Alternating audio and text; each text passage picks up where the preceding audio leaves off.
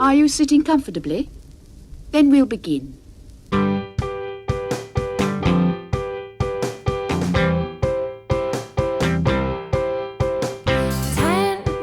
minutes left.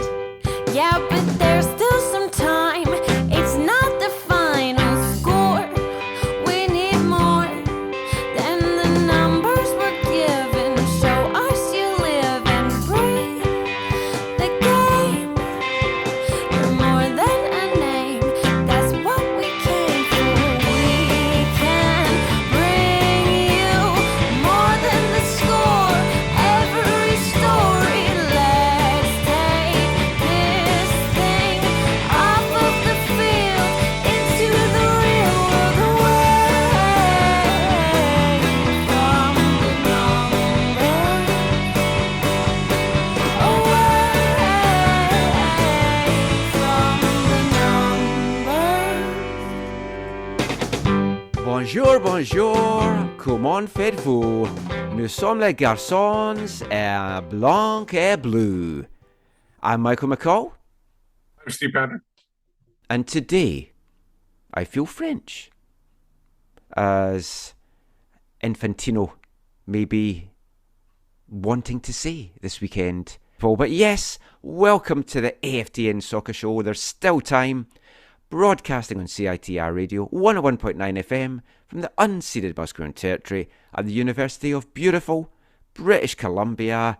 And of course I am cock-a-hoop because of how the football results went this weekend. We're going to get into World Cup chat. It's just Steve and me for this show. Zach is back, but I don't know, he said something, Steve, about wanting to spend time with his family. Like he's a politician that's disgraced or something, but yeah, he got back last week, so we're giving him a little bit of extra time off so that he is spending some time on his first weekend with his family. He hasn't seen his wife and kids for a couple of weeks, so we will get him back on the midweek show and we will talk about his trip then. He could have popped in just for a little bit of a chat tonight, but I wanted his first appearance to kind of be chatting about the show. And Steve and me were chatting about this, and we really wanted to just get a quick podcast. For us, a quick podcast. For other people, probably, Steve, though, a normal length podcast. Yeah. Probably about an hour, where we want to look at the World Cup quarterfinals, because we both enjoyed them so much, and just so much to talk about. I also had a little bit of audio I want to bring you in part 3 from Ismael Koné, who is departing CF Montreal after Like a very everyone good, else. well, yes, the sinking ship, as I said last week, were the last person in Montreal. Just turn out the light, please. So we'll bring you that in part 3. But the first two parts, we're going to talk World Cup. But before we get into any of that, though, Steve, we want to start off, obviously, by paying tribute to Grant Wahl, the American soccer journalist who sadly passed away this week, just at the age of 49. Looks like it was from a suspected heart attack. Nothing has been confirmed yet. He'd mentioned a couple of days before that he had really bad bronchitis. He'd been given antibiotics and some cough medicine and thought he was feeling a bit better, but had talked about like tightness of chest and things not feeling right in his chest, and then sadly passed away in the press tribune on Friday night during the Argentina-Holland game. Obviously, Steve, very shocking news, and our thoughts are with his wife Celine and his family and all his friends at this time. Yeah, definitely. And a lot of outpouring of, love and well wishes and condolences on Twitter. It was just like it seemed to never end. There's a lot of people across the world that were sending their love. Just probably the most well-known guy, soccer journalist. He covered other sports, but I think his passion was soccer. Yeah. And like he even there was because he did the first cover for LeBron James in basketball as well. He was the one that did I it when he saw was that, in high yeah. school, and LeBron spoke about it as well. But yeah, but he could have stayed in that sport if he wanted to, but he wanted to move on to soccer because apparently that was his number one love.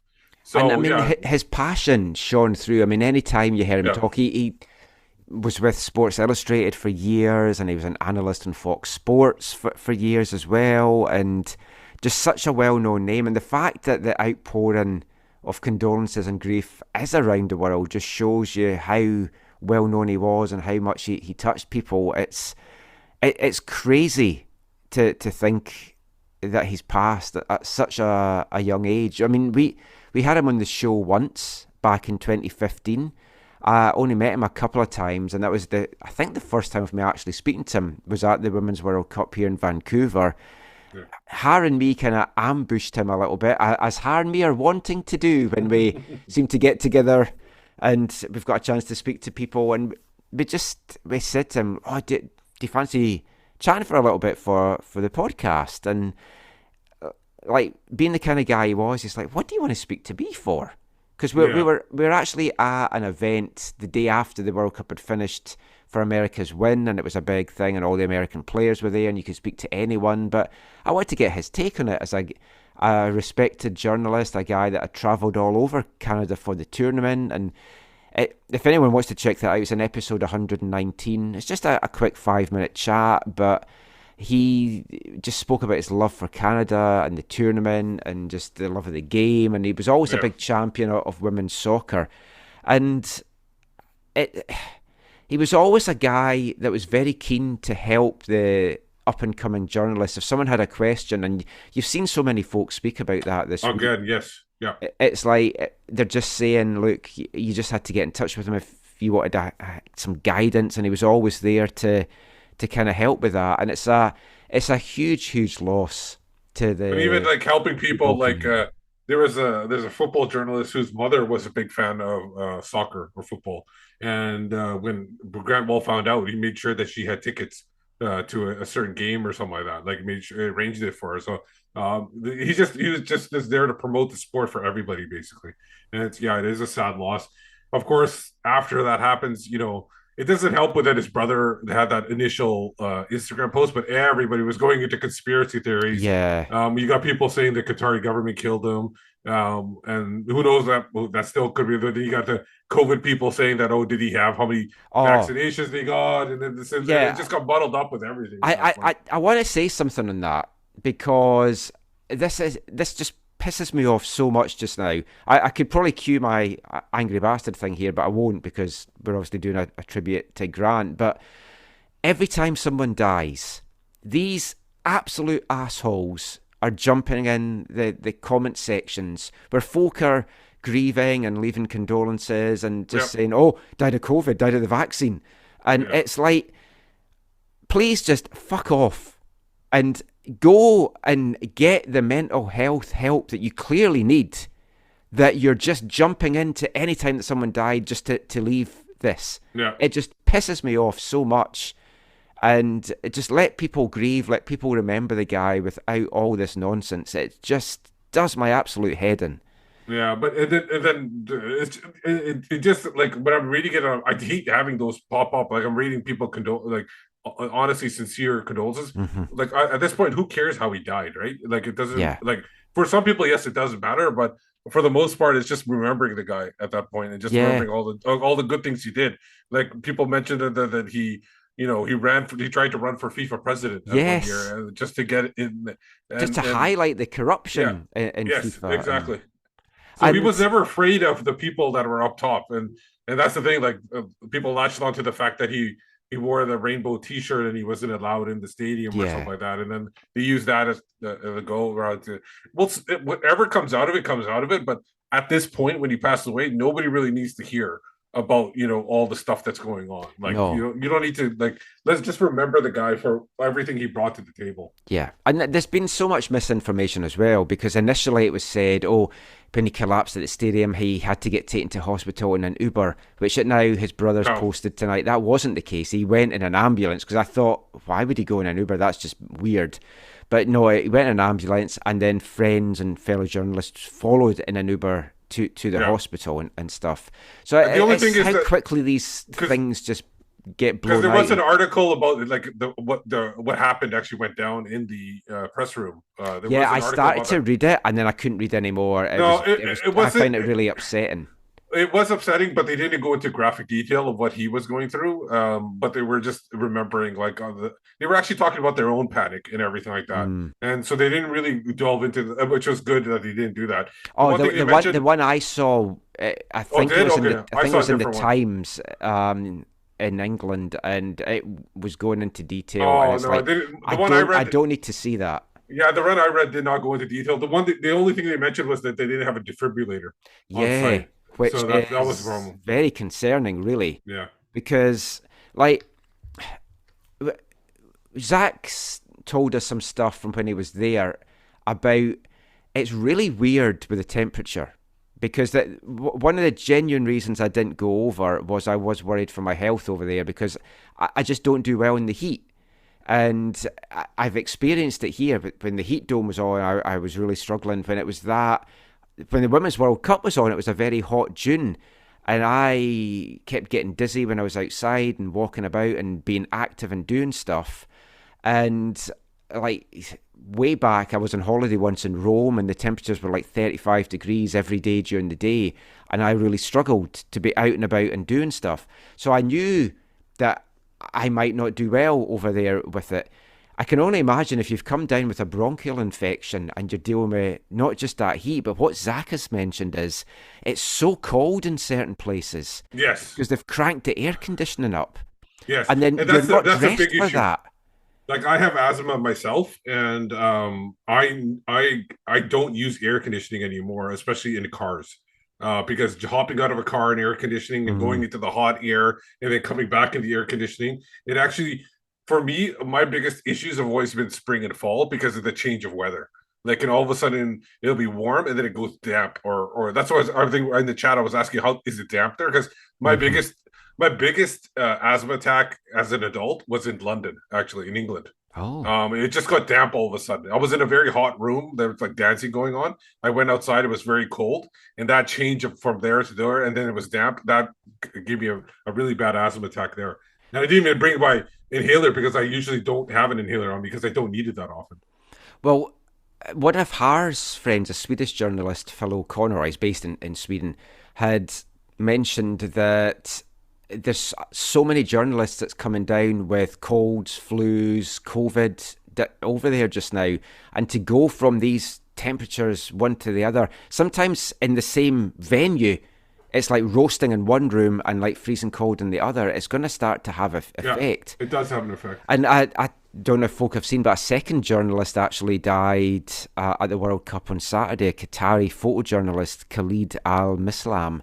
And it's not been revealed how he died yet, but I mean, just crazy, crazy stuff. Well, I'll tell you a couple of things I've seen on Twitter about this gentleman here. The people are saying that the current government purposely killed him in order to get the make it seem like Grant Wall's not the only person that died. Oh, Like fuck. there's the people are just saying that. Yeah, it's just unbelievable how people will tie everything into conspiracy theories. Oh. I liked how FIFA honoured him at the Yes, game. They put the thing up on the the big media. screen. Well, we And don't know if it was full FIFA, but it was the FIFA media department or whatever. They're the one. yes, I Yeah, think you'd hope it was full FIFA for all the yeah. criticism, obviously, that Grant laid at them over the years. But they had flowers and a picture of him at where his spot would be, and it's just crazy Yeah. to think that he's passed away. And let's say thoughts with his wife Celine, his family, and just his friends and everyone that loved him so much. Just rest in peace, Grant. For sure.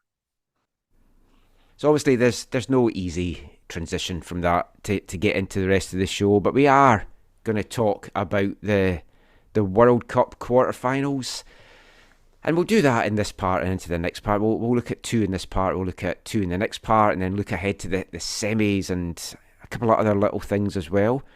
But the semi-finals are now set, and it's felt though, Steve, win or lose, the one consistent thing is no one seems very happy with the referees right now. Yeah, especially after the funny thing was is the Argentina game against the Netherlands. Yeah, Argentina was complaining so much, and I felt like they got away with so much yeah. in the game. Especially one of the one we'll talk about obviously in full detail, but the one where the guy just hacked him down right in front of the Dutch bench. Yep. And then he shot the ball into the bench, Yep. and he got a yellow card. That should have been red card for him. I And thought that MLS as had almost well. ended up. There was a That was handball a. in Messi that wasn't. He didn't get a yellow card. I think they should be counting. Argentina especially should be counting themselves lucky that the referee was inept, basically, instead of complaining about it. Yeah, I mean, there's a lot to talk about with refereeing, and I read an interesting article. I think it was in the Guardian this weekend, where it said one of the big problems here at this World Cup is the officiating, which is crazy considering that you've got VAR. But there's only so much that VAR can override as well, and you got the best officials apparently in the world. Mm-hmm. These are supposed to be the best ones, and yet you're having issues with it. Well, let's look at Friday's quarterfinals in this part, because certainly a lot to talk about from these games, and we'll start with Brazil and Croatia. And I think the 90 minutes were what I was expecting, with Brazil trying to break down a resolute Croatian defence.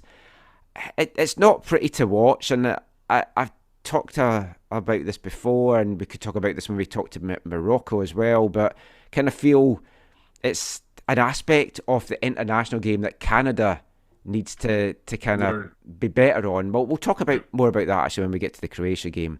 But the Croatian keeper, or the Moroccan game, the Croatian keeper in this, Dominik Livakovic, excellent again. Yeah. Oh, I mean, the saves he was pulling out to keep his side in it.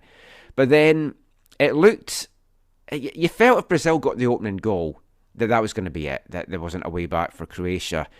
It was just, could they get it? And then we're into extra time, stoppage time in the first half of extra time, and a moment of Brazilians, I would say. And as much as I hate Neymar, I've got to tip my hat to him. I think, for me, this is probably my goal of the tournament so far. There's a couple of other ones up there, but I just loved this because it seemed to come from nothing to start with, because he's just kind of standing there, and he's not even really putting a burst of speed, and then he plays a couple of 1-2s, gets the ball in the box, rounds the keeper. Now the 1-2s themselves were perfectly timed, rounding the keeper was perfectly done, and then Neymar has the sense to hit it high into the roof of the net and not just low across the line, because I think a Croatian defender would have got a foot. Defender was there, yeah.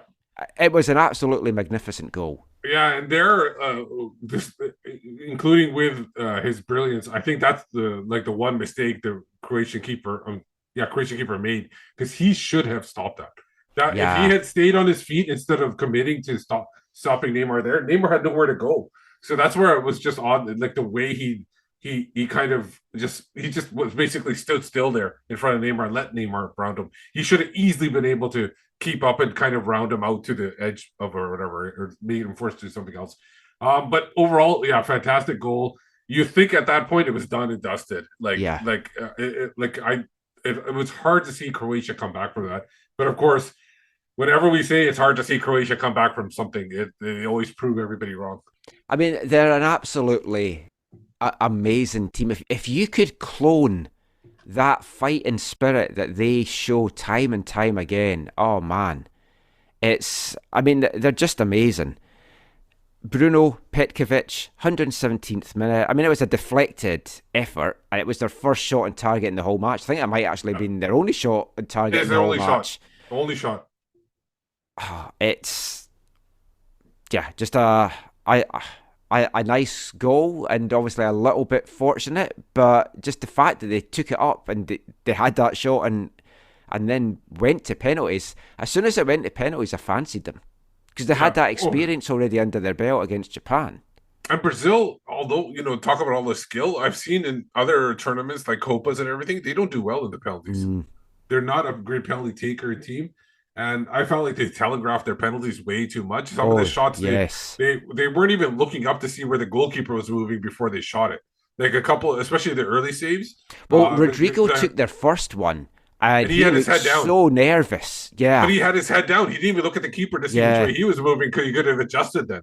So that's the one thing that I say, that why do you need to look at the ball when you're striking it? You should be good enough to not even. It's amazing they look at the ball when they're. It's always they look when whoever looks down at the ball seems to always miss it horribly, because they're not paying attention to their surroundings, not feeling the ball with their foot. And yeah, you're right that once the Croatian keeper seemed to make the right guesses or seemed to like hold on to his line. Somebody mentioned, I don't remember, it might have been Paul Dolan, I can't remember, on one of the local shows. He mentioned that the keepers having to stay on the line is actually seems to help some of the keepers. It's It like does they don't, feel like there's been more saves than yeah, previous. because he mentioned that they don't have to like guess. They have to actually stay there, wait there, see which like wait till the last second and then move. And it's made it really effective for the keepers that have that good reactionary time and good stretch, and especially the taller keepers. So maybe it's got a big advantage. People were saying, "Oh, it's going Yeah. to really hurt the keepers." It's actually helping them. But overall, yeah, fantastic. How many? I think Brazil missed quite a few penalties in there too, right? Well, it finished 4-2. Okay. In the shootout, and Livakovic saved 2 penalties. He saved 2 against Japan as well. I tell you something that I like about his reaction. See, when he saved penalties, he's not wasting that energy, the physical and the mental and the nervous energy, by like over celebrating. He just Yeah. calmly gets up and walks away, and I like that because he's keeping his focus. He's Yeah. not getting Exactly. caught up in the moment, where I think too many goalkeepers, they make a save and then they're celebrating like they've won it when there's still a long way the shootout to go. I love that cool, calm approach for him, and it clearly pays off. But also, Croatia's penalties were 2 down the Perfect. middle and Yeah. 2 just excellently placed that a keeper's going to struggle to get as well. Yeah, and that's the thing about the Brazilian keeper. I think he's actually a better keeper, if I'm not mistaken. Overall, I can't remember who he plays for, but like he was just guessed. He wasn't even like thinking like if he had just waited and at the last minute, last second, he would have seen where the ball was going because it was the Croatian guys were telegraphing him too the shots. hmm Yeah. But, I mean, it's got them now to the semi-final stage. And fun fact, Brazil have now been beaten by the first European team they faced in a knockout round every World Cup since 2002 now. Oh, so as soon as they face a European Yep, as soon side, as they they're get to the out. knockouts and they're up against a European team, they're out. Yeah. And that is just incredible when you think about it.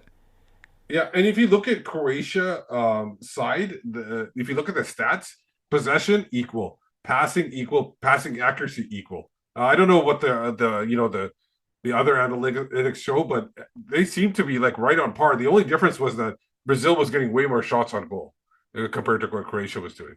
Yeah, and again, the keeper was up to them all. So that sent Croatia through, and I think many people's favourites, my favourite, my tip to win it, Brazil on the way out. Thankfully, I did pick Croatia when we were doing our draw, which I haven't had a chance to update the standings off. We'll do that for when You Zach's on the you show, it would be almost impossible for you not to win it. because I think I've got Morocco as well. Yeah, you got Morocco, and I think you might have Argentina, or Oh, Zach's got Argentina. possibly, actually, because Yeah, I had Brazil, Argentina in one semi, and I had France and Spain in the other semi, which is obviously out the window. yeah. I But don't know who took France, but I know. I think I might have. I'm not sure. I can't remember. But I know I'm out because you I had had Spain and Germany. Germany, Yeah, and Germany. They were gone a long time ago. yeah. They were home before Zach. Yeah, Who'd have thought that? Um, and then the, and then Manuel Neuer breaks his leg on the oh, contract. I know. Jeez. It's not been a good time for Bayern players. No. Bayern players.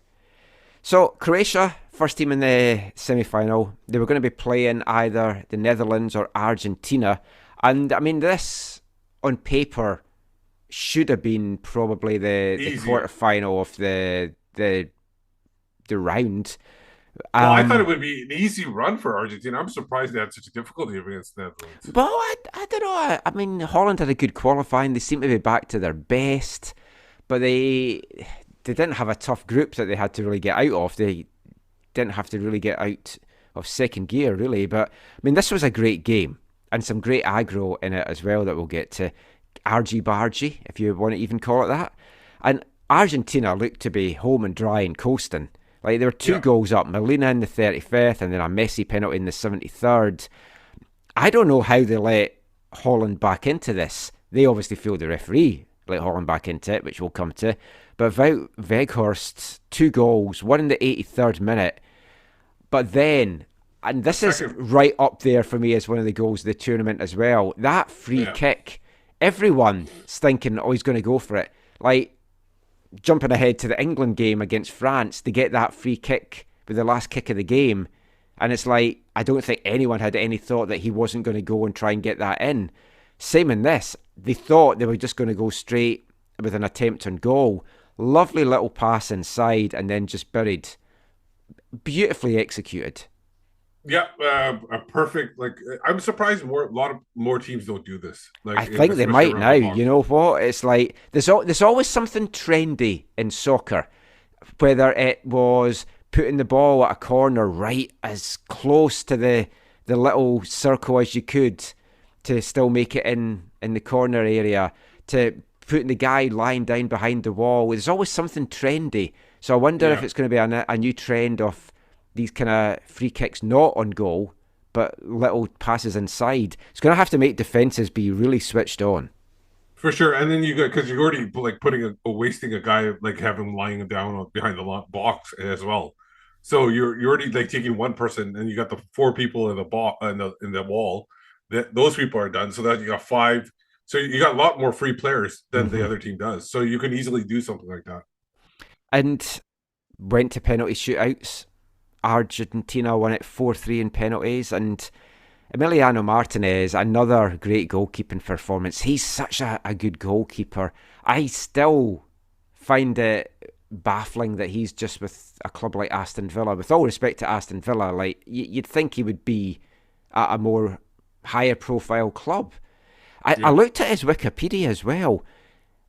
2015, 7 years ago, he was on loan from Arsenal at Rotherham United, and now he's making big stops in a World Cup semi-final or quarter-final like 7 years later. It's crazy how players' fortunes can change. Where was Rotherham back then? Rotherham would either have been Championship. I don't know if that was their Championship season, but I think they were League One by that point. Yeah, they were Championship now, right? Yeah, they've been a bit of a yo-yo team, but it's like even just for a Rotherham fan to say, oh yeah, he was our keeper for 8 games. It's just kind of crazy to think that. A couple of things just to talk about the aggro in this game. So you touched on the ball getting kicked into the Dutch bench. I thought the Dutch reaction was actually quite subdued because there was no need for that at all. No, it's like I said, if this was like MLS or another league, definitely MLS. This would have been the tackle itself would have been red carded.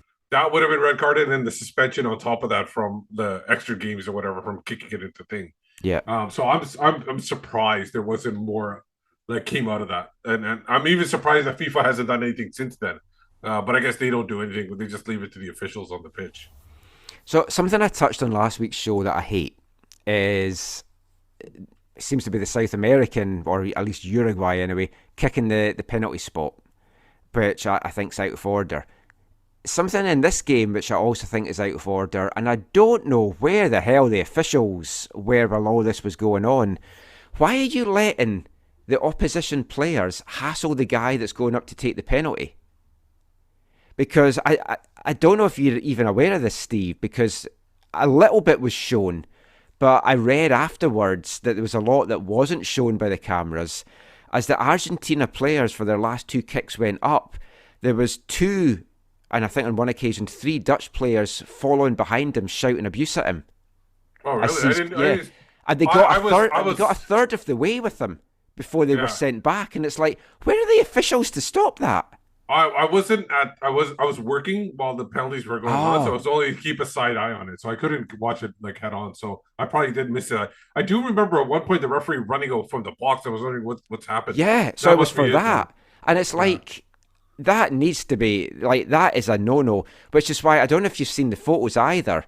After the winning penalty went in, some Argentina players are running away celebrating, and some are going right up to the Dutch players, going like with their hands to their ears and making gestures. It's because of the aggro that was going on with that. Because guess that was it. One of the Argentine players afterwards had said every penalty when our guys were going up, these guys were shouting things at them.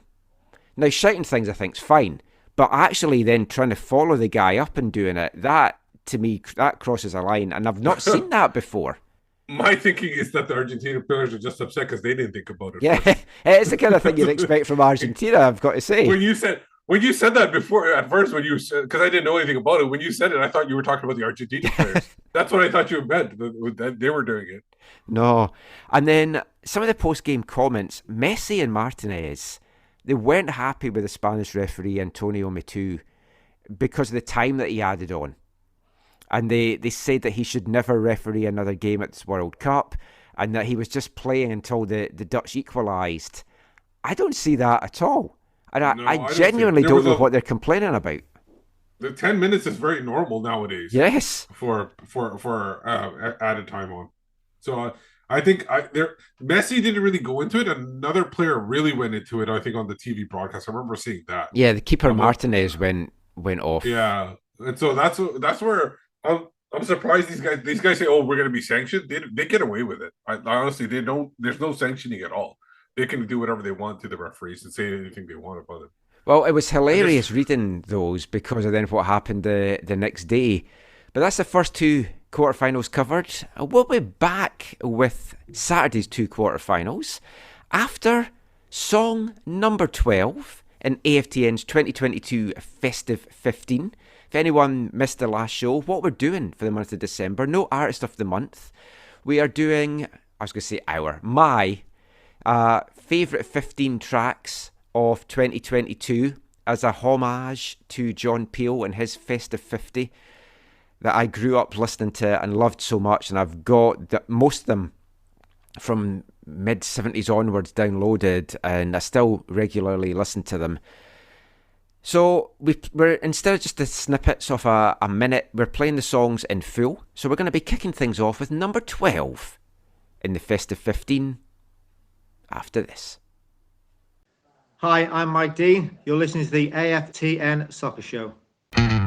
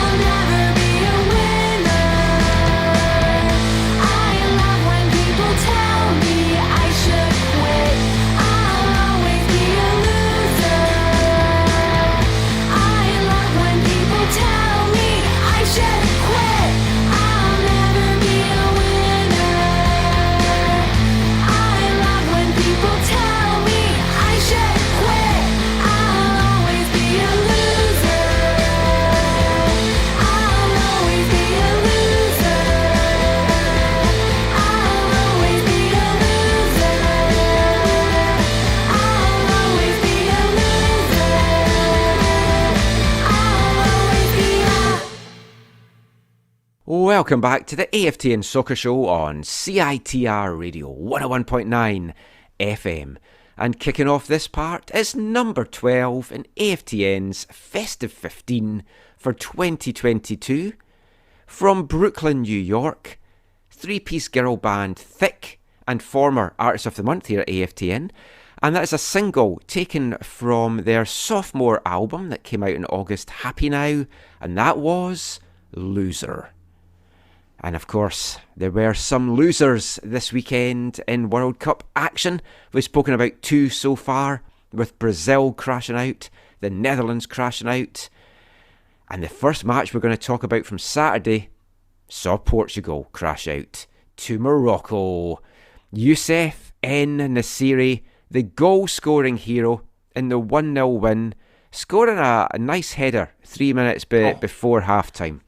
He skied on that one. It was like that, similar to that Darren Maddox goal against TFC years ago. It was just got a lot of air on it. The keeper and defender really didn't even play almost make an attempt for the ball because he was just so high up. Oh, it was another great defensive display from Morocco, and I know I've seen a lot of folk criticising teams like Morocco for playing defensively, and we touched on it on a previous show. If I'm a coach and you're going up against a better team than you, of course you send them out defensively.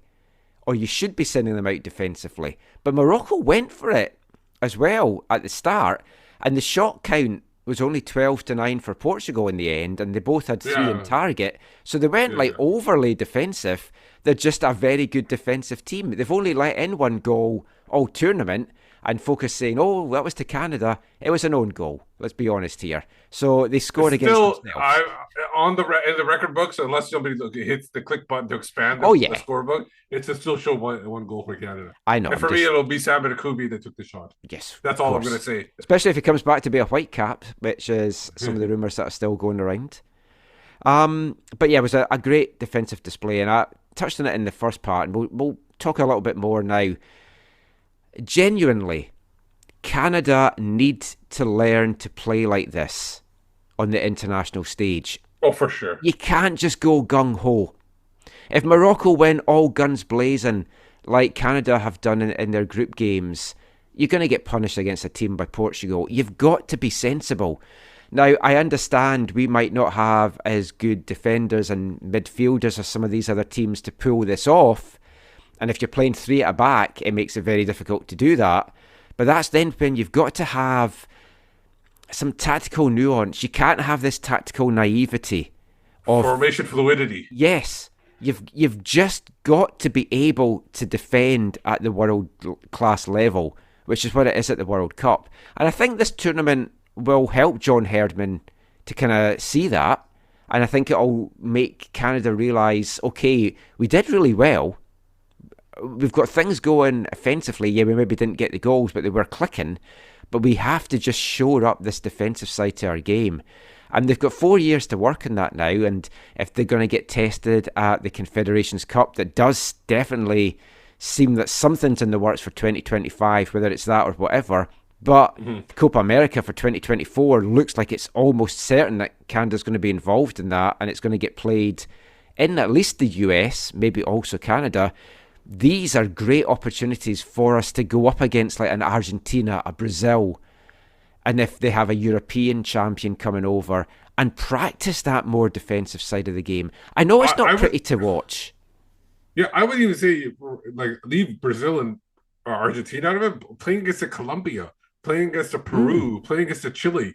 Those are the teams that they have to play because they have to just get up to that level first before they can get to playing against Argentina, Brazil. So they have to get up to the level above CONCACAF, which is those middling teams in South America, and like a Uruguay for another example of a team that they have to play to just prove themselves. And then the next step after that would be Argentina and Brazil to see how they play against those teams. Because I mean, we've got to be brutally honest. The reason Canada don't play that way is they're not used to having to play that way, because when they're going up against most of CONCACAF, they don't need to. They hardly face shots in some games. Even when you're playing two countries like Trinidad and Tobago. I know, you'd think they would do that, but they don't. I can't believe I missed doing that joke when I was talking about the FA Cup replay during the week because Dagenham and Redbridge were playing, and Oh, someone made the comment on Twitter, and I was like, how did I miss that? My brain's not with it with all the World Cup stuff. But yeah, they need more tested. And in the past, they've maybe played a little bit more defensive against Mexico. But this year, they didn't need to because yeah, they felt they could go toe to toe with Mexico. yeah. So that is something they need that test. And I saw John Herdman did an interview with CBC this weekend, and he was talking about that they need to test themselves now against the top teams in the world over these next 4 years. For sure. And they've got to get better quality opposition because playing these CONCACAF teams is not going to get Canada to where they need to be for 2026. Anyway, back to Morocco and Portugal.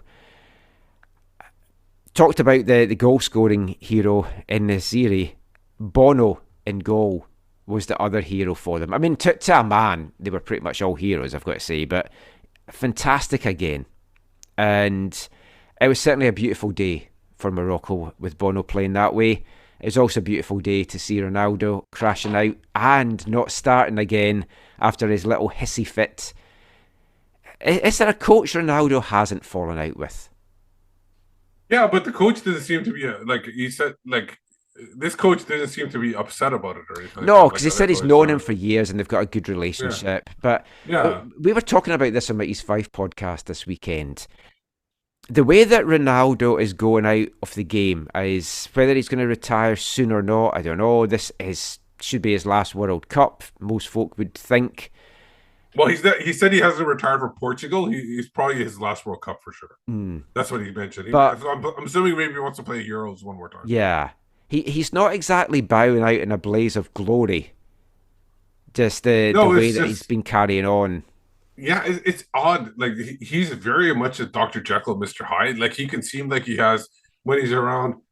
Like when he's playing the game with his teams, he seems to be like an awful person, like in the games. But like if you watch his videos, like meeting kids and stuff like that, he Mm. seems like the nicest guy ever. But it's just a weird. Maybe it's the mentality he gets when he's on the pitch. He just gets I into don't that know if he mentality. feels he It's has very to odd. do everything himself. Yeah, Because I I think he think is. that's I the think he problem think with a lot of these guys. some people still think they're the super.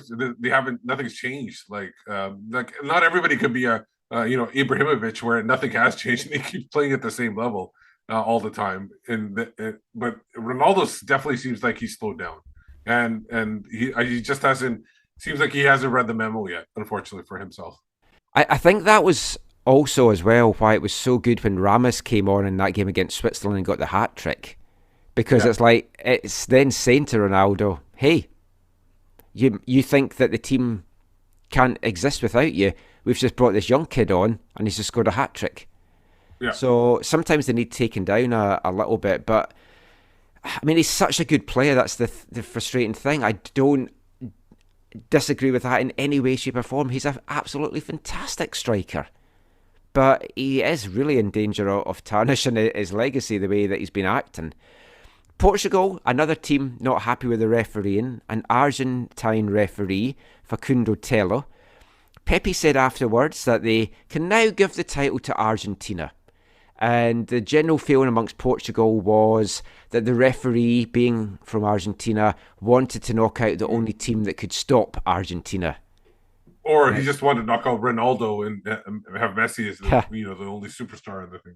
Yeah, Bruno Fernandes went on a bit of a rant as well, but I don't really know. They thought they should have had a penalty, which I don't think they should. I don't know where all these complaints are coming from. It's just frustration boiling over, clearly, but Yeah. and more frustration with refereeing in the last quarter final. France, England. My voice has started to come back this morning when I recorded the East 5 podcast. My voice had gone from yelling during this game yesterday. And I don't know how many English Twitter followers I lost yesterday, probably quite a few. But people just kept sending me GIFs and memes and videos. My Scottish friends, other people as well. So I had to put a lot of them up. And I don't know if you saw the video I shared this morning, Steve.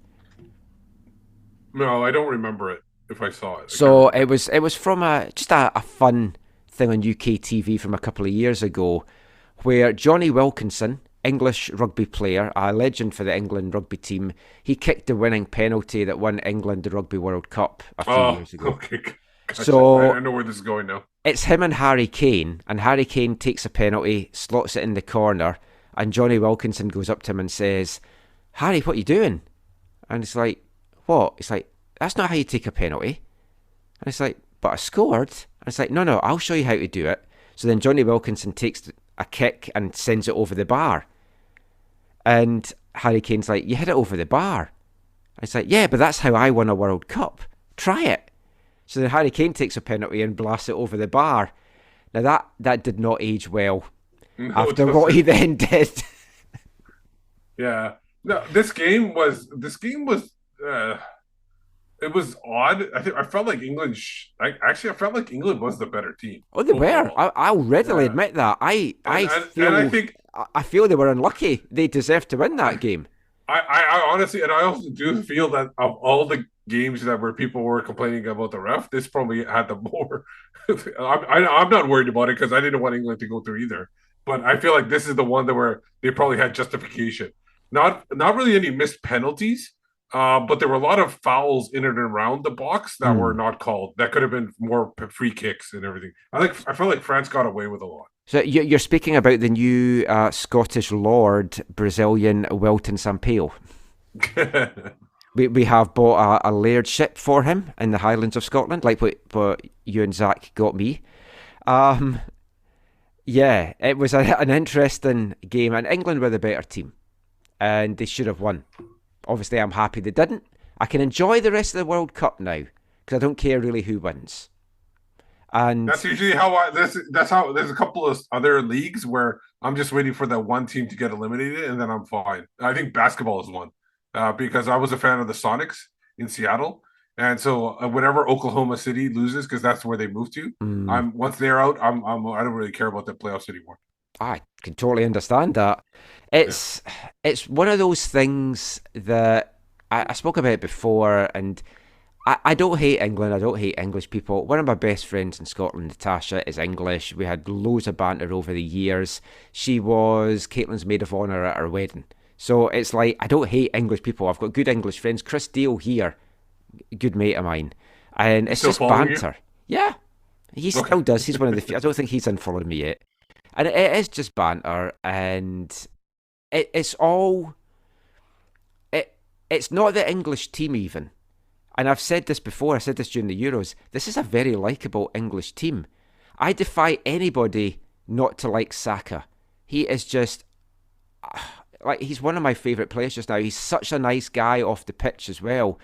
I didn't know this. My Lee that I did the East 5 podcast with was telling me in the Arsenal documentary last Christmas, he went and bought champagne for all the staff at Arsenal, just as a thank you for all that they do.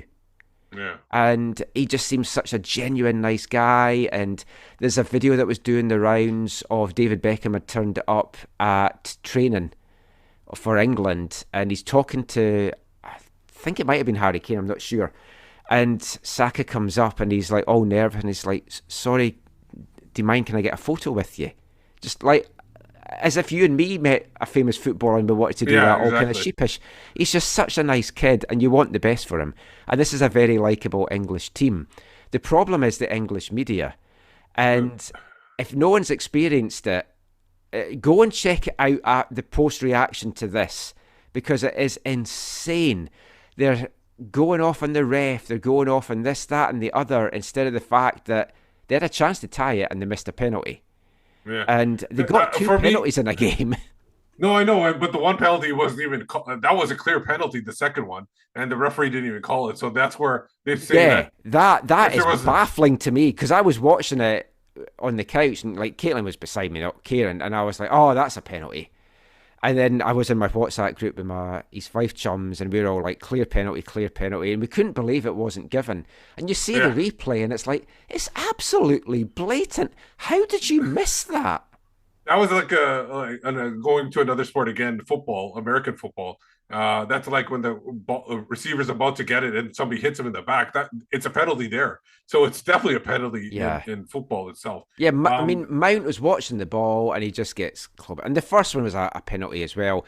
I could understand if that you hadn't seen that one right away because it's a tackle, but he did see that. He gave it right away, and it was yeah. a clear penalty. Again, no No, arguments there. but what I'm saying is that because of that, the fact that he missed that so blatant, that's where people were saying that he just was missing like he was not calling the game properly.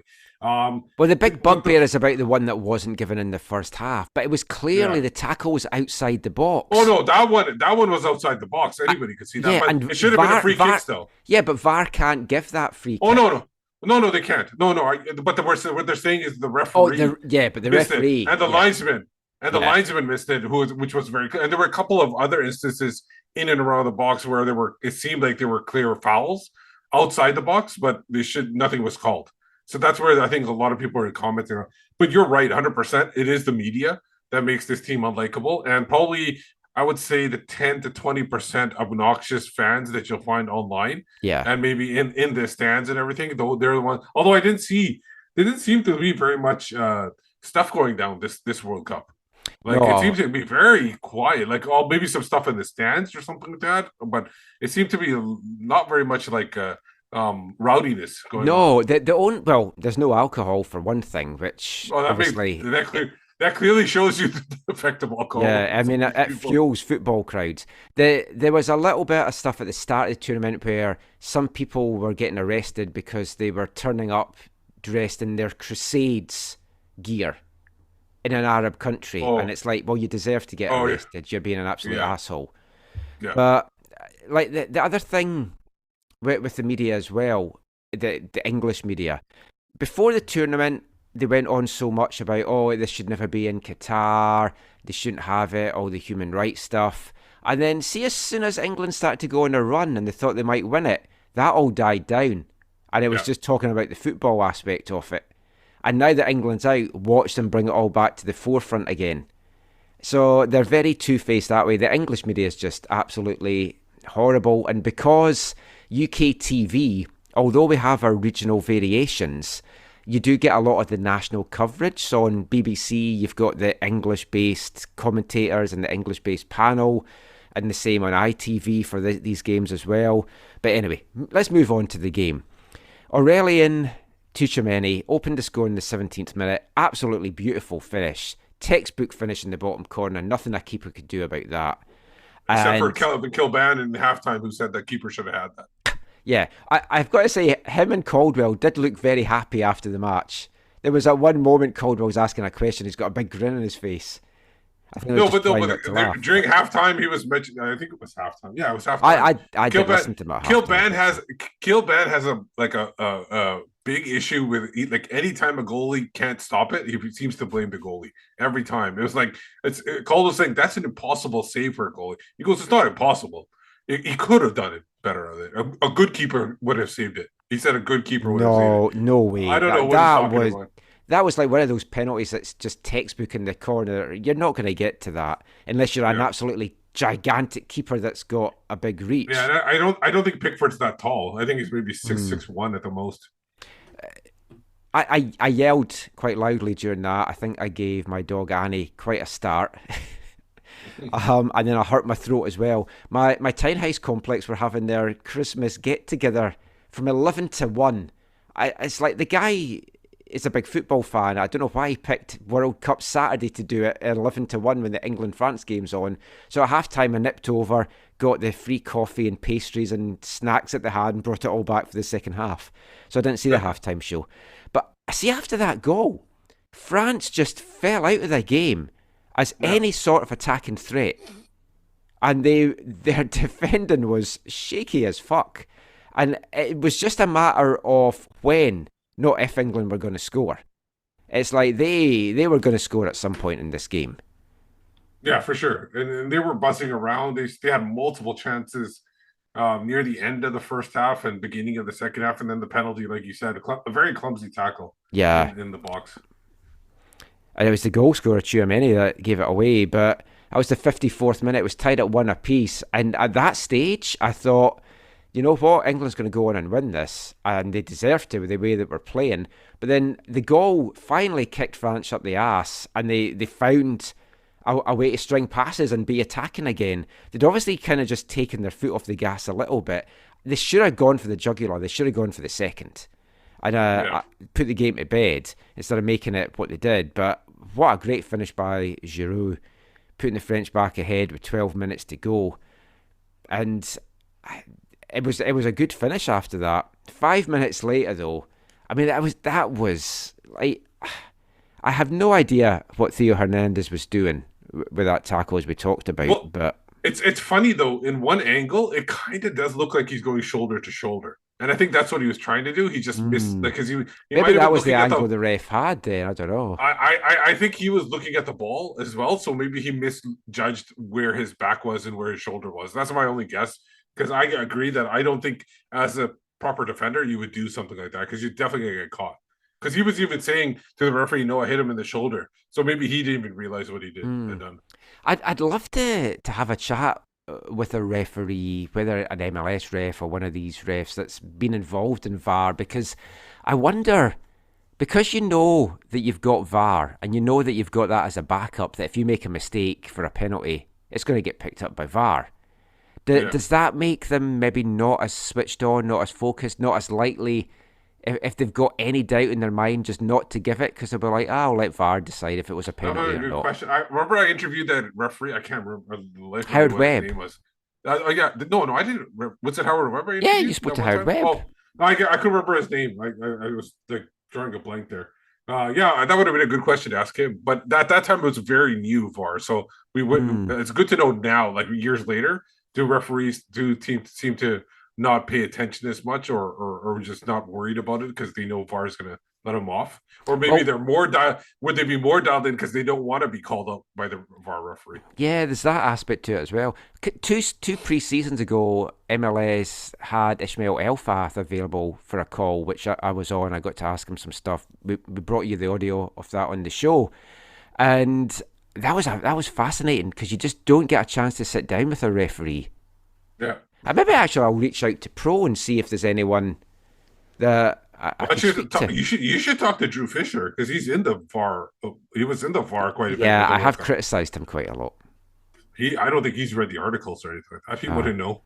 One of the memes that was going around after the England game was the VAR room, and it was a Scottish flag, an Irish flag, and a Welsh flag above the three people that were sitting doing the VAR decisions. But yeah, the penalty, Harry Kane missed it over the bar. I think it's still in orbit somewhere. And Mbappe's face, chef's kiss. That has now become the go-to picture for so many of my friends in Scotland as their Facebook and social media profiles of him just going, yes! Yeah, and then there was that Rashford free kick at the end. That came very close. Oh, that was so close. That was very close. But the one thing that I thought in my head was, were the Twitter people going to be blaming Rashford more than Kane because of the color of his skin and everything? Well, that was the thing, because I was like, I wonder how... I'm sure somebody will measure this. Now, I am not condoning abuse for any player on social media. I would just like to point this out. Whether they're English or not, whether I don't like the team or not, you should not be abusing players on social media, atting them. You can make a comment about what you think, just don't at them. I've said this before, it pisses me off no end. But I'd love it if somebody could work out how much abuse Kane got to say the likes of Saka in the back at the Euros. Yeah. And it'd be interesting to see that this how many messages of abuse a white guy got as opposed to a black guy for missing the penalty. I think we know the answer, but it would be nice to actually see the numbers of that. But I mean, it's the most English way to crash out for World Cup, penalties of some sort, either a shootout or missing this. Yeah, and you were talking about, you don't hate them and everything, but it's like that little brother mentality. Yeah, it's similar to us in the US, Canada. Oh yeah, US, whenever it's fun to watch them like fall out, no matter what Canada's results are, it's good to see them fall away when they give you Yeah. disappointed. And as a lot of the English folk on Twitter reminded me, it's like, well, where was Scotland? You have to be in it to get knocked out of it.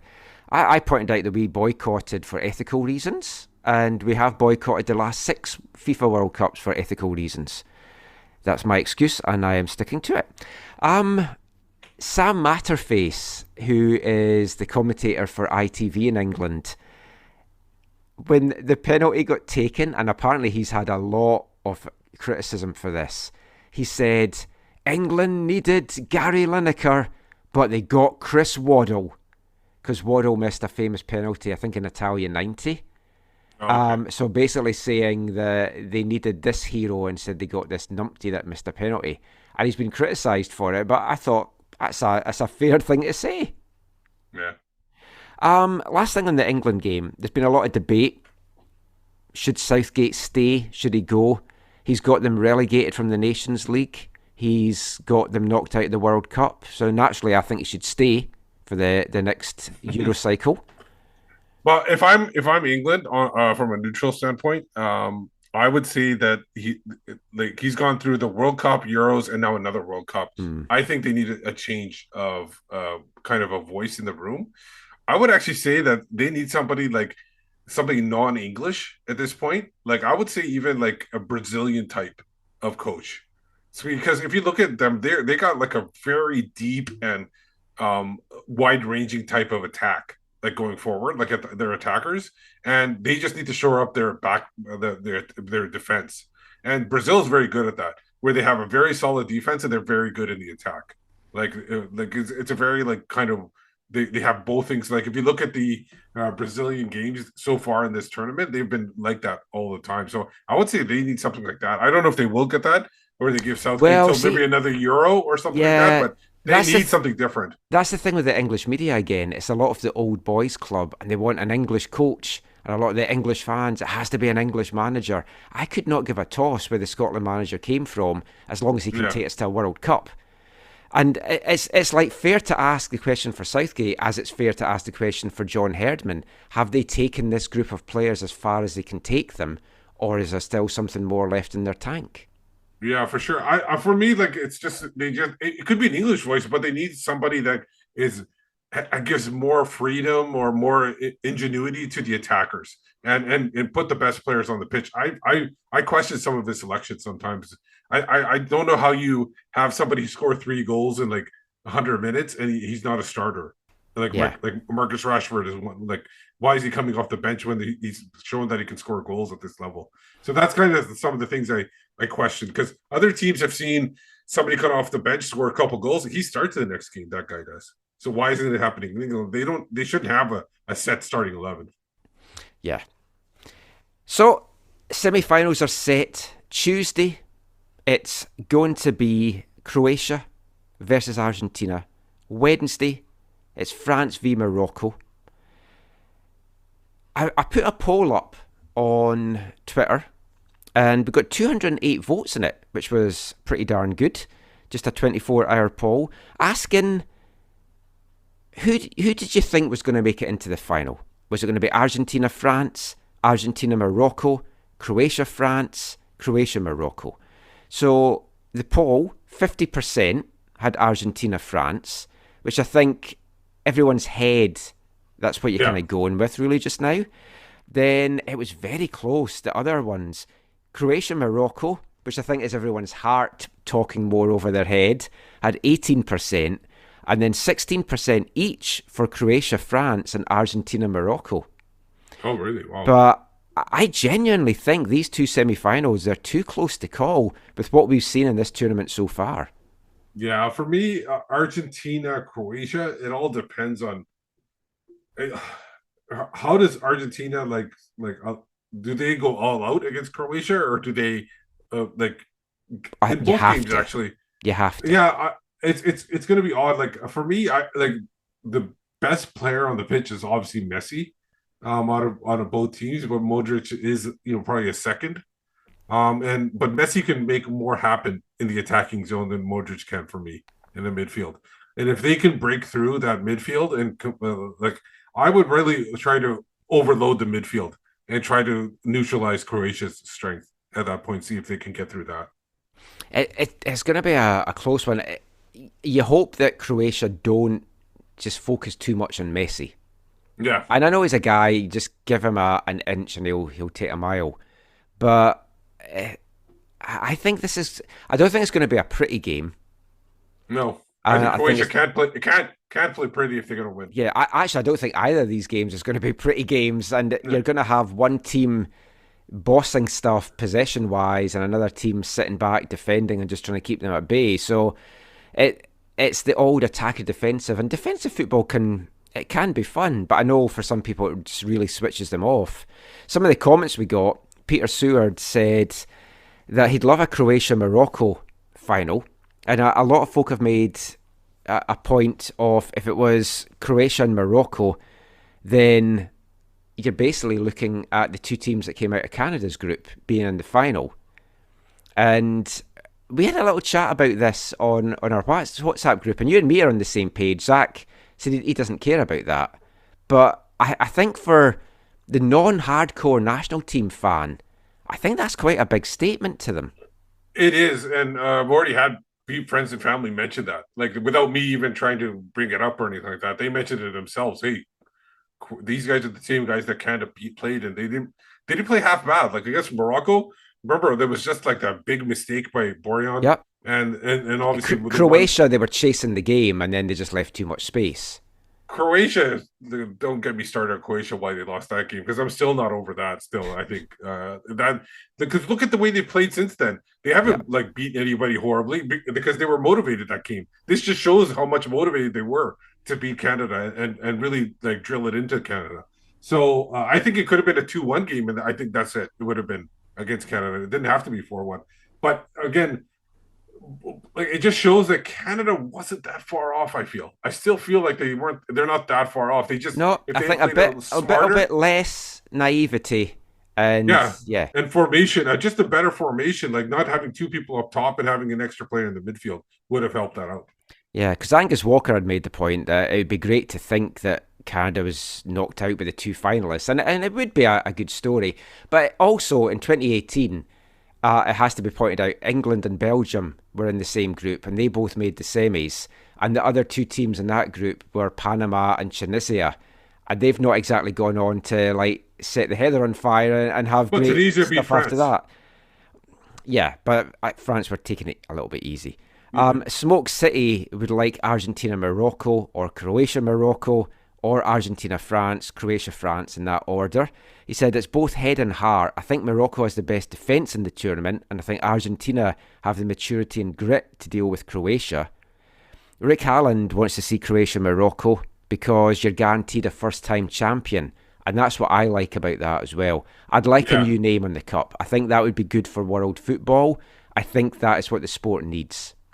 Yeah, for sure, 100%. It'd be nice. There's a lot of different types of storylines. For me, like obviously you got the Argentina storyline of Messi winning the World Cup. That will stop me from using that argument that maybe he's not the best player because he hasn't won the World Cup. If he wins it, then I can't make that argument anymore. I can't begrudge him getting a World Cup as well because of what he's done. And the only thing I haven't liked him, he always throws these hissy fits off. I'm going to retire from international football, and then he keeps coming back. And yeah, exactly. And the Croatia, like you said, the Croatia is a great story. They've been like in the tournaments, late in the tournaments, multiple times, and so that's a great story. France obviously being the first two-time winner in years. I can't remember the last time it's happened. Maybe in the 70s or something like that. I can't remember. Brazil did it. Brazil did back to back, yeah. In the 70s, right? If not mistaken. I want to say. Or was it 94, 98? No, 98 France won. I was going to say 58 and 62. Oh, I thought they won twice in a row in the 70s. Oh, maybe it was the 50s then. Yeah, so France, winning it twice in a row, that's an interesting story. Obviously, Morocco being the first Arab team / African team to win it, that'd be fantastic. So each team kind of has that storyline. Out of it's a great, like something great can happen with them winning. So it's not. I personally, I would. I not that I hate Morocco, but Morocco for me might be a touch boring in the final. I don't know, or they just the spotlight gets to them and it's a complete blowout. Like, I'm worried about them being in the final the first time. I think France could easily, like, they're really like thin. They're like I think somebody was mentioning they don't have very much off the bench and everything like that. So they, by the time the final comes around, they could get blown out too. So I'm really concerned about that side of the bracket. Yeah, what I've said when I've been doing commentary this year on various semi-finals and finals and stuff is, if you're a team, if you're a player, you want to not feel that you didn't give your all and that you left something on the table. And I feel if a team's going to go out too defensive and not go for it, you're going to have that regret. And at this stage, you can't have that regret. Now, they could have regret of going for it and then leaving space at the back and being punished, of course. But, yeah, I don't know. But, I mean, it's been a good tournament. I've really enjoyed it. I think I've enjoyed it more than I was expecting to enjoy it. And obviously the off-pitch stuff aside, the on-pitch stuff, the action has been great. Yeah. And we talked about this as well on our East 5 podcast this morning. I haven't hated a Winter World Cup. I've actually quite liked it at this time of year. I'm not a big fan of it, only because that it interrupts the season. Yeah, that's the downside. But it's horrible weather outside, so you're in watching football. Yeah, it's true. I've never been a big fan of but for you, summer's not that great either. So you probably stay indoors in the summer. Yeah, well. Yeah. I try not to go out at all, really. But what I'm saying is, like, I felt like some of the teams weren't at their best because of that, and I feel like they need that 1 month to be together as a team, and you get but that might be the reason why we got so many upsets too, because those teams weren't ready to go. Yeah, actually, very, very possible. But last comment I'll just leave to Greg Ollison. He says, there's an obvious answer of the classic strong matchup. It's what you want in the final. You want the two best teams, to the players from around the world. It's well known, which would obviously be Argentina and France. And then there's the heart, what that wants, which is Croatia, Morocco. He voted for his head, but he wants and declares that it's his heart. And I think that's probably where a lot of people are just now. You want a great final, and I think a great final would be Argentina-France, because I think both teams would go for it. And a Croatia-Morocco final, they both can't defend in that, so someone's got to go for it. So maybe that would be better than we're thinking. Who knows? But yeah, we'll be back with our next show looking ahead to that final, and we'll have Zach on it as well, talking about his World Cup experiences. That is it, though, for our World Cup chat. We've got one more part to go. We're going to turn our attention to the domestic scene again, and we're going to talk a little bit about Whitecaps, a little bit about CF Montreal, and we're going to bring you number 11 in our Festive 15. Hey, I'm Julian Gressel, and you're listening to the AFTN Soccer Show.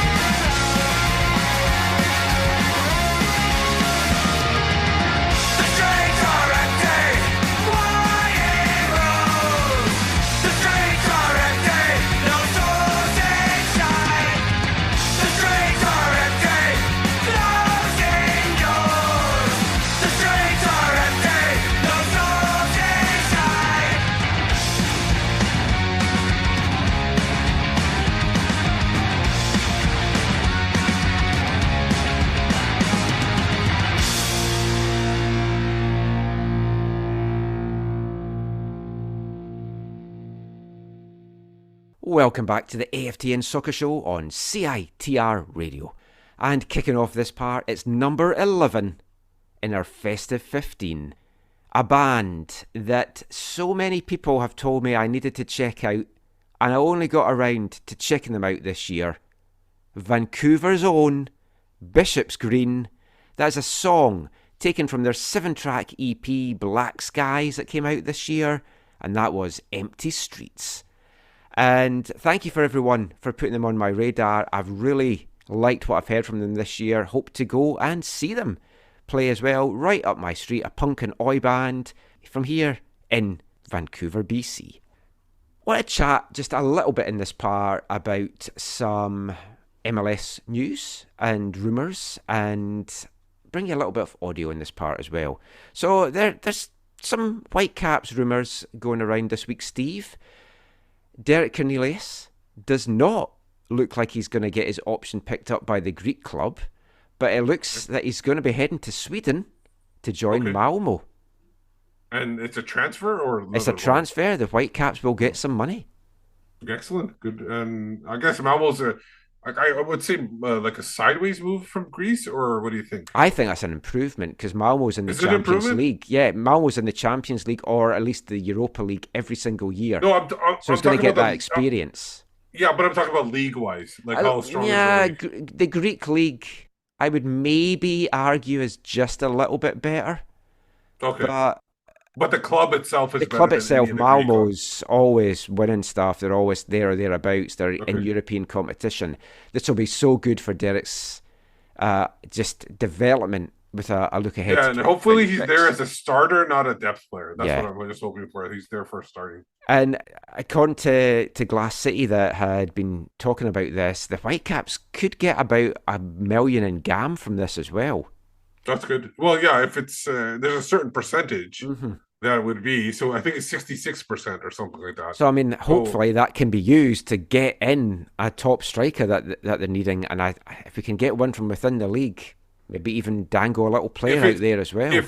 If it is 66, I would say that they're getting $1.5 million in the transfer. That's my guess. It would be. But yeah, that's the main Whitecaps news. It's been a little bit quiet in the Whitecaps front. Vancouver FC, moving away from MLS just quickly, it's going to be draft day this week, so Vancouver FC will get the first 2 picks in the draft, and there could be some former Whitecaps that's on their radar as they bring that in. But the main thing we want to talk about in this part is CF Montreal again, and it was official. Ismael Koné's move to Championship side Watford in England, it was confirmed. Rumours that the transfer fee is $8 to $10 million US for Montreal. It's a great bit of business by the club, who obviously brought Koné up from the amateur ranks playing with CS Saint-Laurent, and he's just taken this opportunity with both hands, playing in all 3 games at the World Cup. And what a rise, like stratospheric, meteoric rise for Koné. Still 20 years old as well, amazing. He's the second national team player now to go to Europe after the World Cup, after Alistair Johnston. This year in MLS, he made 68,000, just over 68,000. And now he's signed a 4.5-year deal to go and play in England. Yeah, you should definitely see an increase in that with those wages. Yeah. Montreal this week put Ismael Koné up for a little bit of a farewell chat to media. So I jumped on that call, got to ask Ismael a question as well. So I'm going to bring you the English part of that conference call as well, as we just hear from Canadian national team player, a new Watford FC player, Ismael Koné.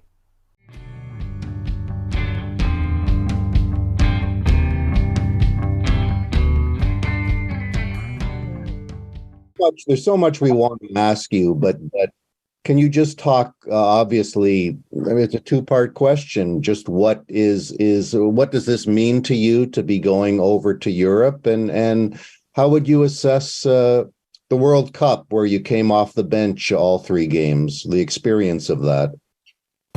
First, I'll say it's encouraging for me to finally make the jump to go to Europe, because I always wanted to play in Europe. The biggest leagues, the Champions League, the Europa League, this is where it's played in Europe. So, me as a competitor, I wanted to move to Europe, to give myself to finally one day play in those competitions. So, I'm proud of it. I'm extremely proud of myself to finally make the jump, and I'll keep working as always and just going higher, like I said. But for the World Cup, I have to say it's been amazing. The group we had, the energy we had, the brotherhood that we had, it was unbelievable. We didn't get the result we wanted, but we got to experience something we never experienced before. This country has never been in a World Cup since 36 years. So I think we should be proud of what we done. We showed that we have character, and we showed up fearless. And there's a lot of good things to take to 2026. So looking forward to that. It's good for us. So this is what I'll say about the World Cup. Congratulations on everything. I wanted to ask you a little bit, to take you way back before your Montreal days. When you were playing for CS Saint-Laurent, you won the bronze medal with that team. This year they went on and won the gold medal. Can you talk a little bit about your development time there, how important they were to you, to that development? And you've kind of blazed a trail now really for guys that play in teams like that, to show that you don't have to be in an MLS academy to make it at the top level of the game here in Canada. 100%. I think it's all about wanting it more than everybody and just going out there and work. But like you said, I went to Saint Laurent, and it's all about getting the help that you need and the right people to give you the guidance and the help that you need, and you have to get at that certain age. For me, Saint Laurent was the turning point, because I had coaches that had that mind that wanted to help me reach higher level. I was good, but I needed to be great to reach this level. So, there's a lot of things that I learned in Saint Laurent, and forever be grateful to those people that gave me the guidance that I needed.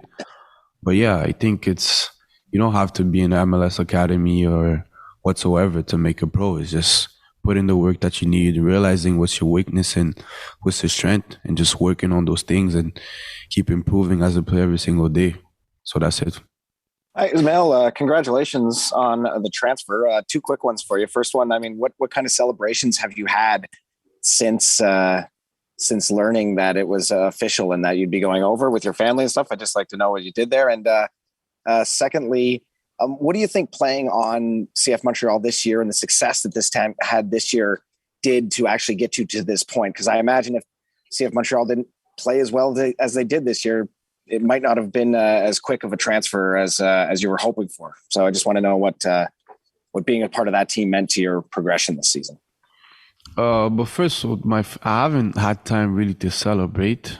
I'll say that because it was very fast, and we just got back to Montreal.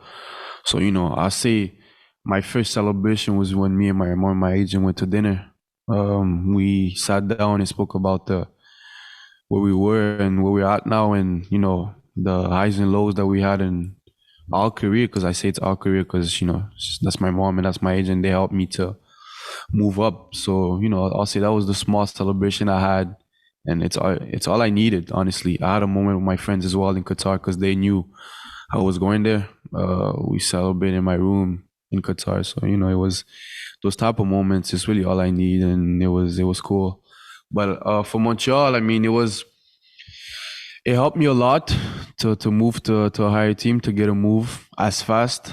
But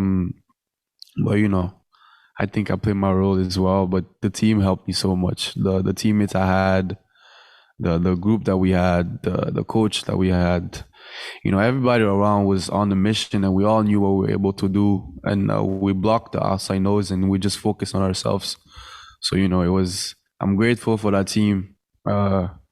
I'll say it again, even at the end of my career, I'm grateful because not even the club, but my teammates helped me to have a platform in a professional world. So, I'm happy. I'm really happy. Why is Watford the right move for you? What were those talks like with them before the deal was done, and then kind of explaining their project and their plan for you? I answered it earlier in French. It's just the project of reselling. It's very interesting. I wouldn't say interesting. It's very good. I don't know if you check, but they've sold a lot of players to Europe. like Richarlison and Bruno Fernandes and, you know, all those players. So, you know, it's encouraging for me to go there because they have the right platform. And as I spoke to them, the project was really for me to come there and develop my potential as much and become the top talent I can be and just hopefully move to a higher team. So yeah, it was just, the project was good and I felt like they really wanted me, from the owner to the staff. It was just, we want you here, we want you to come and perform and excel at our club. We'll give you the right tools that you need. So it was a win-win for both of us. And then just one more, just kind of a big picture. This year has been insane for you. You know, you had your breakout with Montreal, debuted for Canada, went to the World Cup, and now have this kind of life-changing career move to go to Watford. You know, big picture, what has it been like for you? Crazy. I'll say roller coaster. But it was fun, man. It's fun, and it's all about, it's football. It's football, and going to this life I knew I was getting myself into. But like I said, I wasn't expecting it to be that fast. But it's the game, and it's how it's going to be, how it always will be. So I have to adapt. You know, I'm in Montreal now, I'm at home, but I'll be leaving to go to London to play my football. So, you know, I have to adapt as well. But I'm happy. It's what I wanted. It's the life I wanted for myself. And hopefully I could keep moving higher and higher and higher. Quick question. Obviously, you guys ticked off one box by scoring a goal at in Qatar, but you've yet to earn a point. But that goal can move forward for 4 years. But obviously, with this move for you, can you please come again? I didn't hear you well. Sorry, obviously you ticked off one box by scoring a goal at the World Cup, but unfortunately you couldn't get a point or a win. But obviously, 4 years' time, you're going to be the World Cup will be Canada, Mexico, the US. Is this move and Alistair Johnston moving to Celtic? Is it the start of Canada moving forward and building towards that World Cup? 100%. But I think we started moving forward as soon as we dedicated our minds to be a World Cup players and a World Cup country. But the fact that me and Ali and obviously all the players are already moving to Europe, it helps us a lot. You know, we're playing at a higher pace. We're playing with different players, more quality. And, you know, it's those type of things that help us win those type of competition, those type of games. So you could see that when we went into those games against Croatia, against Belgium, and even Morocco, it was just those details where we needed to be more aware. And you could see that we were lacking. I wouldn't say lacking, but we needed more experience in those type of games. But it's a reality, and we're ready to face it. And we know what we need to work on, and we know what we need to improve. But obviously, yeah, 100%. For me, to Ali, to whoever player is going to move in the coming months, it's a development. It's the movement to where we want to be as a country. I just wanted to ask you the challenges that you're facing both on and off the pitch. On the pitch, you're joining a team that's already started. So how tough is it to come in midstream and off the pitch? I mean, you're still only 20 years old. I'm guessing this is the first time you're going to be living on your own. It won't be the first time. I went on trial in Belgium in 2020 by myself, so I'm kind of used to it. But it'll be better this time because I'm not going on trial. I'm going to play, and I'm going to help a team move to a higher level, and there'll be people around me to help me. So, you know, that'll be good. And what do you say again? Sorry. Well, on the pitch, you're going to a team that's already established and has started its season. So what's that challenge like for you? Moving from not only that, but going from MLS to European soccer. Well, going to MLS to European soccer will be different. You know, higher pace, more physical, different players. You know, players that are used to this level. So it'll be a challenge for me, obviously, but this is where I want to be. But going to on the pitch, it's the first time for me moving from MLS to a European team. So I just have to get used to it. I don't have an answer for you. It's just I'll go out there and give my best, and then we'll see what the outcome will be.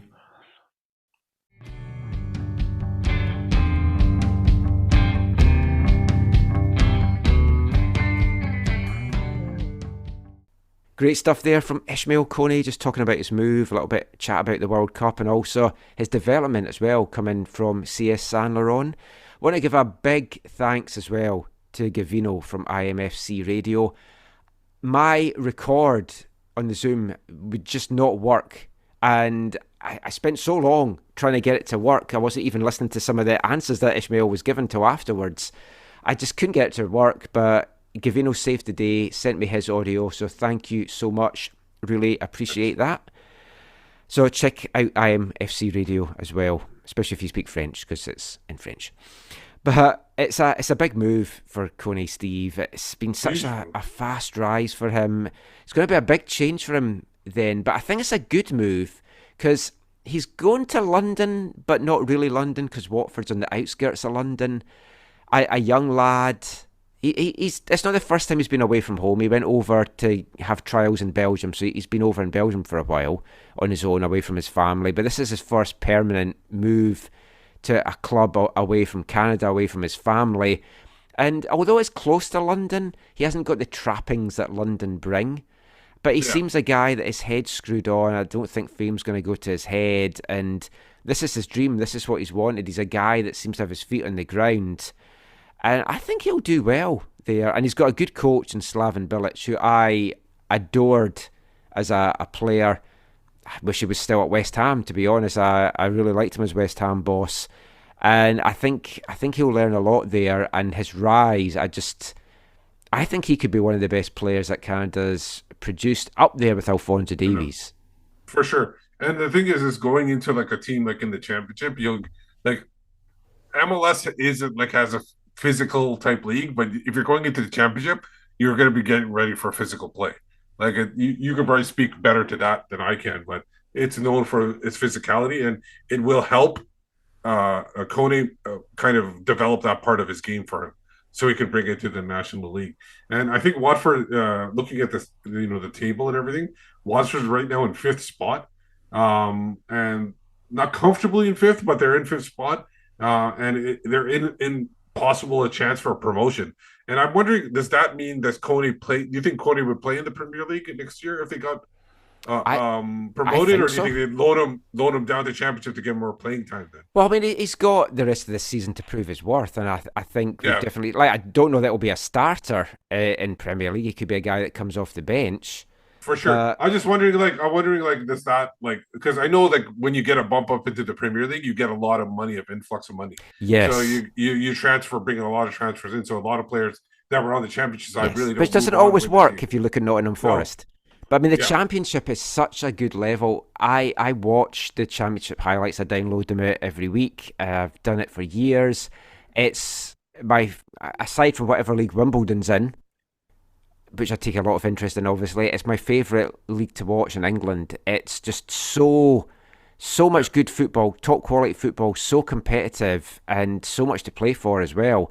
And it's been spoiled a couple of times in recent years because of the parachute payments mean that the teams that come down, they just have a big advantage over the others. But this year it's shaping up to be a really good battle. Watford, I think they were 4th up until this weekend even. It's just they're 5th right now. I think they drew. Yeah, I think they went down after this weekend. So, yeah, I think there's a lot of games to play because I think they play 46 games because there's 24 teams in the league. So they're only playing 22. So still a lot of games to go.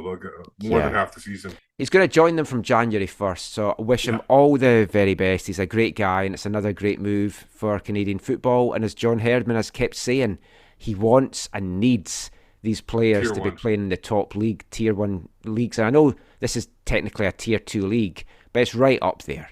It's a very, very good league. But that is it for our football chat on the show. We can't finish, though, without this episode's wavelength. And we're continuing our World Cup songs. This is more a general World Cup song, though, as opposed to a nation. And it's friends of the show, Goldie Lookin Chain, who I had tweeted, are you bringing out a World Cup song this year? Thinking they would do one for Wales. A couple of days later, this one dropped. And I've got to say, when you hear it, you'll probably think, that's not a very good song. But it is an earworm, and it's actually really good, and this will stick in your head. This is from Newport, Wales, Goldie Lookin Chain, Football. football, football. Football, football, football, football. Football, football, football goals.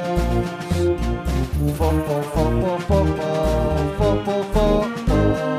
Football, football, football goals. Offside, free kick. Football, football, football, football. Football, football, football goals. Football sailors. Football, football, football, football, football. Football, football, football goals. Italy United. Football, football, football, football. Football, football, football goals. I think it's all over. Football, football, football, football, football. Football, football, football goals. Football, football, football, football. Chicken tikka masala, chips and rice. Football, football, football goals. Zinedine Zidane. Football, football, football, football, football. Alexei Lalas. Football, football, football goals. Roger Miller. Football, football, football, football. Keith Allen. Football, football, football goals. It's coming on. Football, football, football, football, football. Football, football, football goals. Mauritia. Football, football, football, football. Aaron Keaton. Football, football, football goals. Sergio Mendes. Football, football, football, football, football. Football, BBC football, Sporting football Feet. goals. Aztec Nightmare. Football, football, football, football. Football, football, football goals. Ian Wright. Football, football, football, football, football. Football, football, football Splitting a goals. penalty. Football, football, football, football. Offside, free kick. Football, football, football goals. Yellow card. Red card. On the card. Football, football, football. George Houghton. Maradona of the Carpathians. Football, football, football, football. Referee. Football, football, goals. Whistles. Football, football, football, football, football. Football, football, football, Man on.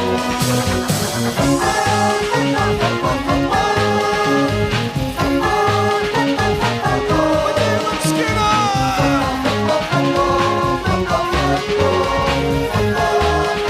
Joe Guest taking a peek in the blurry.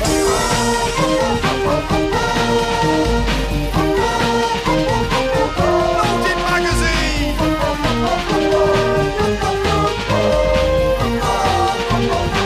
Set him for a hot dog.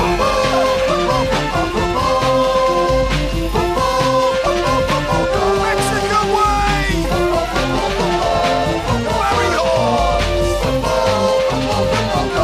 Brendan Eriksson. Ulrika Johnson. He's hit the woodwork.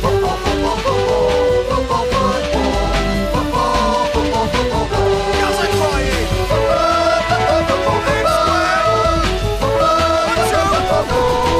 Dry your eyes, mate.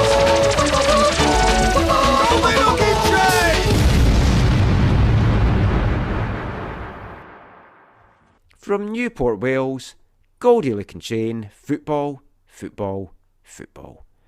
And that is it for this shorter than usual AFTN soccer show. We wanted to get in all our stuff about the World Cup for the quarterfinals before the semis, give you guys a couple of days to listen to this. We hope to be back with a midweek show as well, and hope to have Zach on it, chatting about his trip to Qatar, all the ins and outs from accommodation, stadium, transport, merchandise, the atmosphere, Canada games. We've got a lot to cover. We might bring some out in the extra podcast as well, so a good reason to subscribe to that as well. Just before we go though, Steve, where can folk find you online? Any final thoughts or goodbyes or any comments you want to make? Yeah, you can find me on Twitter at WhitecapSpeed. And once again, not really, I don't, with Grant Wall passing and everything, I just want to send another shout out to him and his family and friends and everything like that. Just condolences to them. Yeah, definitely a big voice in soccer lost this week.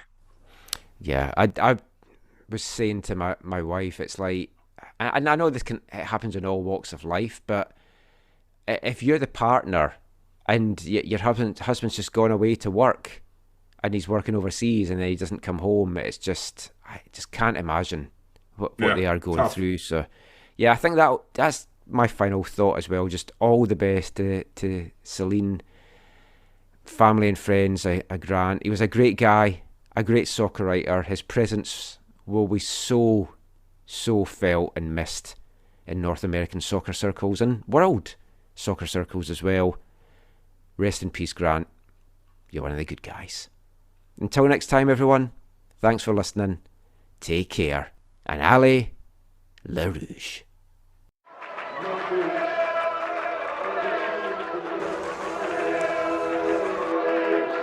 Going to your first match is an experience you never forget. The atmosphere of what's going on around the pitch looks beautiful, and you always look and go, wow, I'd love to play here one day. If you get the bug, it's going to stay with you for life.